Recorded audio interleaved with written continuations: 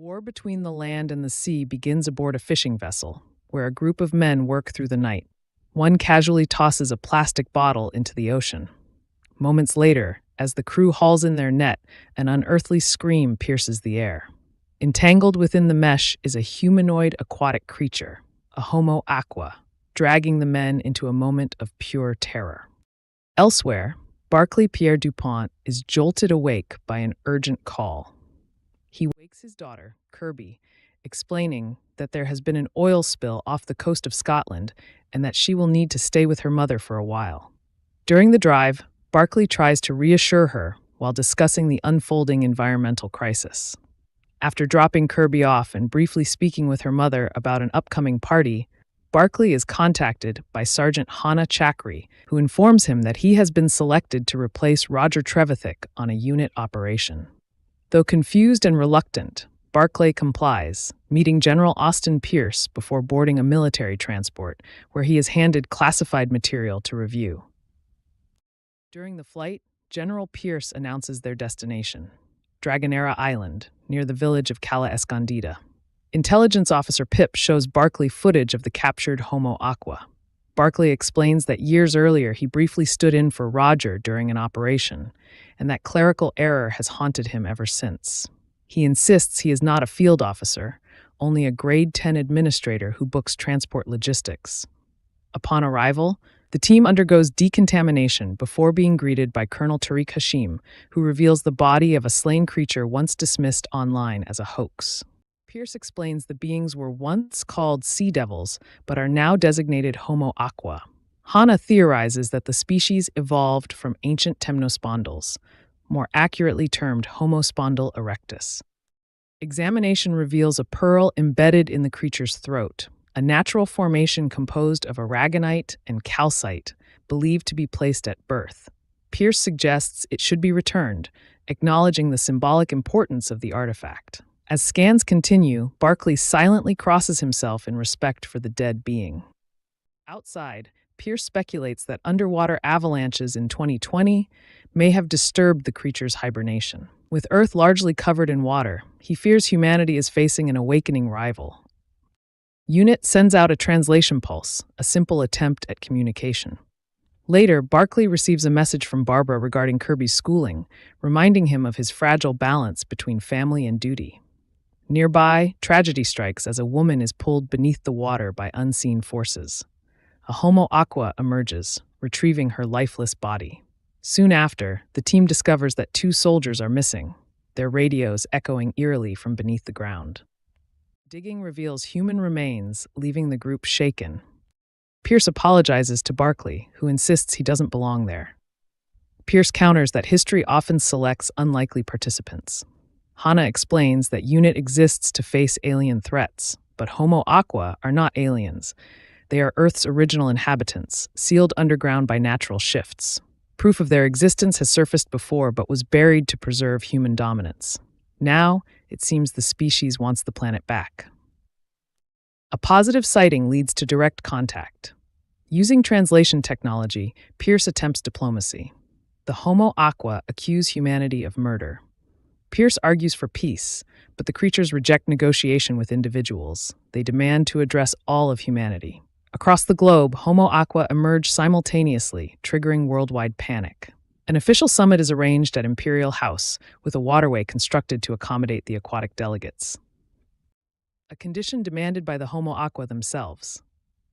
At home, Barclay downplays his role despite tension with Barbara. Kirby, ever curious, explains that Homo simply means same, not what tabloids suggest. Barclay attends the summit where UNIT Commander Kate Lethbridge Stewart announces that UNIT will represent Earth. As dignitaries gather, unexpected aquatic species arrive alongside Homo aqua, including the massive Piscimorpha grandis. Trust becomes the only option. Among the delegates is Salt, a commanding Homo aqua figure who speaks without translation. She presents a devastating truth. Her unborn children were poisoned by humanity's pollution. She requests Barclay specifically, having witnessed his silent act of respect toward the dead creature. Recognizing his compassion, Salt names him as humanity's representative. Reluctant but resolute, Barclay steps forward, unknowingly becoming the bridge between land and sea. As he turns to leave, his eyes meet Salt's across the room, a moment of unspoken recognition that confirms his role is far from over. Elsewhere, Colonel Christopher Ibrahim briefs Unit Commander Kate on Barclay's background, a grade 10 logistics officer, divorced, with a teenage daughter named Kirby. Kate seeks Barclay out and introduces herself, only for him to casually note that he books her taxis. She admits she doesn't understand why Salt chose him from nearly 8 billion humans. Barclay insists he has no connection to Homo Aqua, apart from a goldfish named Simon. Kate warns him that Unit has already dissected every detail of his life. While Barclay is questioned, armed officers collect Kirby from school and detain Barbara at their flat. At headquarters, Barclay fiercely defends his family, swearing he never wanted this role. Despite his fear, he agrees to help, insisting Kate needs him just as much as he needs Unit. News breaks that H2O Ambassador Sir Jonathan Hines has been dismissed. Prime Minister Harry Shaw pressures Kate to replace Barclay, fearing political fallout if war erupts. He urges her to convince Salt to accept Hines instead. Kate reluctantly approaches Salt, proposing the committee's decision. Salt refuses outright, demanding to speak to Barclay privately. When Barclay approaches, Salt greets him simply and asks his name. She invites him to call her Salt and explains that she chose him not for his credentials, but for his humanity. She warns that his leaders will try to remove him and asks what he truly wants. Barclay admits he is nobody, and that perhaps it's time nobodies had a voice. Salt accepts him as ambassador and threatens to end talks if he does not present himself the following day. Barclay is escorted under armed guard, convinced he may be executed. Kate reassures him, admitting Unit wants peace and needs his help. At the diplomatic hotel, Barclay is reunited with Kirby, who is thrilled by his sudden fame. Barbara, however, is alarmed. As tensions rise, scientists analyze Homo Aqua remains while secret deals unfold.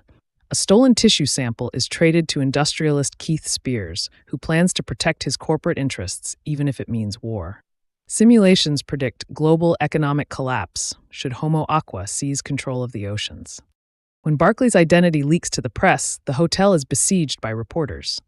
Kate authorizes limited media access, banning those who undermine Unit. At the next summit, Barclay enters the chamber as water floods in and Salt emerges once more. Following a script, Barclay apologizes for the death of her children. She asks him to drink polluted river water to prove understanding. Scientific reports warn it is lethal. Barclay refuses, explaining the contamination in plain language. Removing his earpiece, he abandons diplomacy and speaks honestly. Humanity was careless, greedy, and ignorant. The damage was deliberate, and responsibility belongs to everyone. Salt listens and accepts his words. Outside, Salt demonstrates Homo Aqua's response. Pollution rains down upon cities as plastic and waste are returned to the surface world. Panic erupts. Barclay scrambles to protect his family as chaos unfolds. Though framed as a cleanup, the act is interpreted by many as an act of war. Political extremists call for armed resistance. At the next meeting, Barclay confronts Salt. He warns that fear will only breed violence. Salt insists the war began long ago when humans poisoned the sea. She lays out their demands. All pollution must cease immediately. Waterways belong to Homo Aqua, and human transport across water will be forbidden. When humans protest, Salt silences them. They will speak only through Barclay. Salt reveals a final condition. The next summit will take place beneath the Atlantic Ocean, at the Romanche Trench, over 25,000 feet below the surface, deeper than any human has safely traveled. The demand is clear. If humans seek equality, they must meet Homo Aqua on their terms. Despite frantic warnings, Barclay agrees. Next, we see a naval Blackport, where General Austin Pierce welcomes Barclay and the rest of the delegation. They are briefed on the unprecedented mission ahead, a descent to the Romanche Trench for a face-to-face meeting with Homo Aqua, deeper than any human expedition in history. The submersible, escorted by warships, is currently stationed on a launch vessel. Barclay, Pierce, Captain Louise Mackey, Min So, Ravi Singh, and Ted Campbell will make the journey. Barbara confronts Barclay about the risks, knowing that once the descent begins, Homo Aqua will take control and the team will be completely alone. At the training facility, Pierce reminds Barclay to sign his indemnity forms and finalize his will. Before departure, Barclay speaks with Barbara and Kirby. Kirby breaks down, upset by cruel online abuse directed at her father. Barclay finally admits his fear, collapsing into tears as Barbara and Kirby comfort him. During transit, nerves begin to show. Ravi openly doubts he's built for this, while Ted sees opportunity, convinced the mission will change their lives. Ted reveals a diplomatic gift meant to show humans' perspective of the world. As the submersible is lowered into the ocean, tension spikes. The vessel descends deeper into crushing darkness.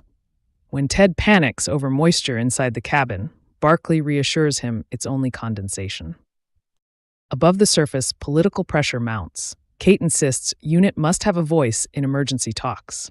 General Oscar Gunsberg argues that maritime trade is essential to global stability and reveals that the U.S. is preparing sonic weapons capable of disorienting Homo Aqua. Kate pushes back, questioning why weapons are even being discussed.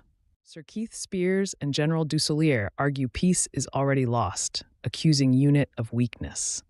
Kate challenges Spears' presence, pointing out his companies still pollute waterways, while Shaw admits industry power is unavoidable. As the submersible continues its descent, fear turns personal. Ravi worries they will be taken hostage. Barclay insists he will not let his daughter grow up during a war. Suddenly, readings stop making sense. The pressure on the hull stabilizes, as if they are no longer underwater. The vessel is dragged sideways. Systems fail. Panic spreads. The hatch finally opens. Pierce and Barclay step out first into an impossible environment. Breathable air, warm temperature, perfect atmospheric pressure. One by one, the others follow. Salt emerges and welcomes them, explaining they are deeper than any human has ever been, and that the environment has been prepared for them. She asks Barclay if he trusts her. When he says yes, she removes his helmet. Most follow suit. Salt explains that Homo Aqua are nomadic, living alongside titans, dolphins, and other deep-sea beings. Alone together, Barclay confesses that he feels as if he's known her forever. Salt understands. She tells him human thoughts are loud, emotional, impossible for her people not to hear. She believes together they could change everything. Their moment is cut short as Pierce checks on Barclay and escorts the group deeper into Homo Aqua territory. Back on land, Kate is exhausted and shaken.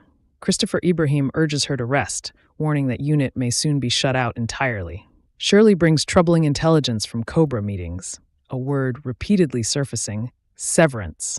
Before Kate can process it, gunfire erupts. Christopher throws himself in front of her and is shot.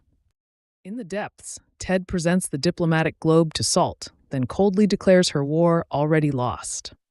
At the same moment, chaos breaks out above. As Kate rushes to Christopher's aid, another shot rings out. Below, Barclay knocks the globe from Ted's hands, realizing too late that the mission has been compromised. Globe detonates instantly, unleashing a violent underwater explosion. Above ground, Kate Lethbridge Stewart narrowly dodges a sniper's bullet and orders Shirley Bingham to send immediate backup, identifying India House as the shooter's position. Corporal Jane Hart reports the worst. The delegates are dead. Shirley orders red alert across all stations as armed police neutralize the suspect. His identity remains unknown. News breaks of the explosion at the underwater diplomatic site. Barbara and Kirby watch in horror as reports claim the Homo Aqua ambassador has taken responsibility. In a broadcast, Salt addresses humanity directly, declaring the diplomats dead and warning that anyone entering their waters will suffer the same fate. Some question whether the footage is a deepfake. Salt brings Barclay safely back to the surface. Shaken, Barclay tells Shirley that Ted triggered the explosion and that the others were crushed instantly. He insists they knew they were going to die. Kate arrives and asks how he survived. Barclay isn't sure, only that Salt held him. He denies the broadcast's authenticity, but Kate explains that the world now sees Salt as a prisoner of war. She is transferred into an asset container under guard. As names of the dead are released, Kate struggles with guilt and grief. The assassin is identified as Miklos Konstantinos, a former Hellenic army officer turned mercenary. Evidence links him to the Institute of Las Clementi, a billionaire-funded think tank driven by fear that Homo Aqua will replace humanity. Ted Campbell, dying from terminal cancer, sacrificed himself willingly. The Prime Minister learns that Sir Keith Spears funded the Institute and that it is connected to Severance. Gunsberg receives authorization to act discreetly. Shortly after, an assassin murders Spears in his home. At Unit Tower, Barclay is told Salt will be looked after. He doubts it. A former colleague bluntly tells him Salt will be executed. Desperate, Barclay takes the keys to the transport vehicle holding her. Ignoring Hannah's warnings and surrounded by armed officers, he reverses the truck into the river. The container breaks open. Salt escapes into the water, pulling Barclay in with her before vanishing. Kate is stunned. Barbara and Kirby learn what Barclay has done. As alarms sound, 8 Homo Aqua and a new life form arrive. Kate steps forward as ambassador. The warrior Tide demands answers, accusing humans of turning tragedy into escalation. Kate removes her earpiece and speaks honestly, admitting humanity has no excuse. Tide accepts her response, but reveals Salt's betrayal. By saving Barclay, Salt allowed her people to die. Her punishment awaits beneath the sea. When Salt and Barclay emerge together, Tide declares her loss to Aquakind and announces the war has begun. He introduces a third ambassador, Rust, a living weapon capable of corroding cities and machines. Negotiations are over. Humans are given 5 years to remake their world and surrender all waters. Earth itself must be renamed. Behind the scenes, Gunsberg pushes Severance forward, believing Salt can be used to end the war if captured. Meanwhile, Barclay and Salt hide in the city. She explains that her kiss saved his life and speaks of her world, of spawning in thousands, of devotion to the water, and of the loneliness she now faces. Returning to the sea would mean exile, not execution. Barclay understands. They share an intimate moment as helicopters close in. Kate mourns at Christopher's memorial, while intelligence confirms Salt's confession was a deepfake tied to Las Clemente. Tracking data reveals Barclay's planned rendezvous at Festival Bridge. Kate sends Hannah, but Gunsberg intercepts the operation. On the bridge, law enforcement closes in. Barbara urges Barclay and Salt to run. Barclay is detained. Gunsberg orders Salt seized, alive or dead. Kate demands he stand down. He refuses. Barclay breaks free long enough to scream for Salt to run. She unleashes a piercing screech that freezes everyone in place, then dives into the river. Barclay shouts after her, promising he will find her, and that she will never swim alone again. Next, we see Homo Aqua leader Tide emerging from the ocean at dawn. Standing at the shoreline, he blows a conch shell, its sound echoing across the city. Dogs everywhere suddenly bolt toward the sea. Moments later, more Homo Aqua rise from the water, stretching a massive net between them. At a tense diplomatic meeting, Sir Jonathan Hines accuses Aquakind of eating domesticated dogs. Tide calmly responds that his people eat fish, their fish, whom they consider family. When Hines angrily demands they stop, Tide counters that humans have already crossed that line. The Vietnam ambassador is deeply offended by Hines's language. Kate Lethbridge Stewart senses the talks are a distraction and briefly imagines the late Colonel Ibrahim beside her. During therapy, Kate admits to her psychiatrist Elizabeth that these visions make her happy, even though she knows Ibrahim is dead. She attributes them to PTSD and asks to double her paroxetine dose. Elizabeth initially refuses, citing protocol, but Kate threatens to expose Elizabeth's affair and pregnancy. Elizabeth reluctantly writes the prescription. Police evacuate beaches across the country. Kate takes a call about Barclay Pierre Dupont's psychiatric evaluation while Shirley Bingham watches remotely. During testing, Barclay complains of pain, ringing noises, and rashes. Dr. Banerjee warns him that nothing survives 8 kilometers beneath the sea. Barclay lashes out about his father and admits he feels lost now that she is gone, the force that made him special. Outside, crowds cheer him as guards escort him into an evacuated hotel that feels more like a prison. Every meal must be scanned. At the lab later, Barclay confesses that water is the only place he feels calm. Back at headquarters, Sergeant Hannah Chakri flags Severance as a major concern. Professor Inko Bello storms in with alarming news. While Aquakind distracted world leaders, they were secretly accelerating ice melt. Satellite images reveal catastrophic losses in Antarctica. Ice shelves that should have taken decades to collapse vanished in hours.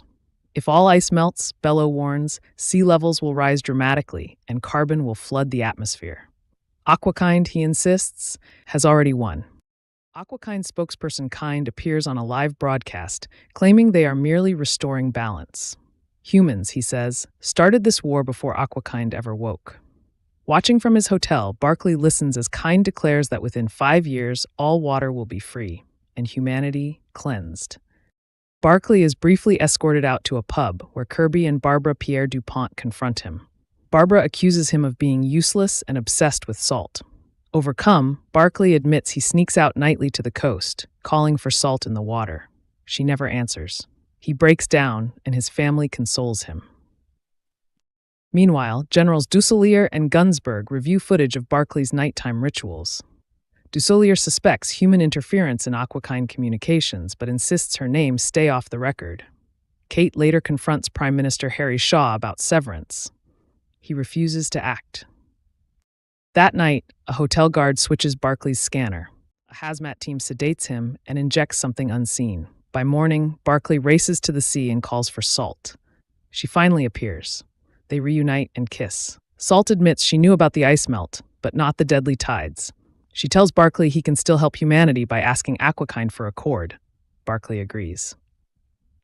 Using Barkley's eye tracking, Steve Chesney secretly embeds the word accord into Aquakind's daily transmissions. Days later, the seas go eerily calm. Then reports emerge. Homo aqua bodies washing ashore across Spain and beyond. Aquakind is dying. Doctors determine a virus blocked their gills. Kate realizes the truth. Severance was the weapon, and it was human-made. 90% of Aquakind are dead. A deep Aquanese signal arrives, an SOS. Salt may be alive. At Empress Hall, Salt appears, one of only 10 survivors. She describes the virus as fire in the water, something designed, not accidental. She warns that Aquakind has hidden its greatest technologies deep where humans will never reach. As she speaks, the Prime Minister and military leaders abruptly drown as water pours from their mouths. Kate proposes a final offer: land for Aquakind, protected from pollution and harm. Salt agrees, on the condition it be called what it truly is, a hunting ground. As tension erupts and glass shatters, Hannah pulls Barkley away. Outside, Barkley tells reporters humanity has won the war. Later, overwhelmed by protesters, he escapes to the sea. Salt appears once more. They kiss, and Barkley dives beneath the waves with her. As Kate watches, it appears Barkley now has gills.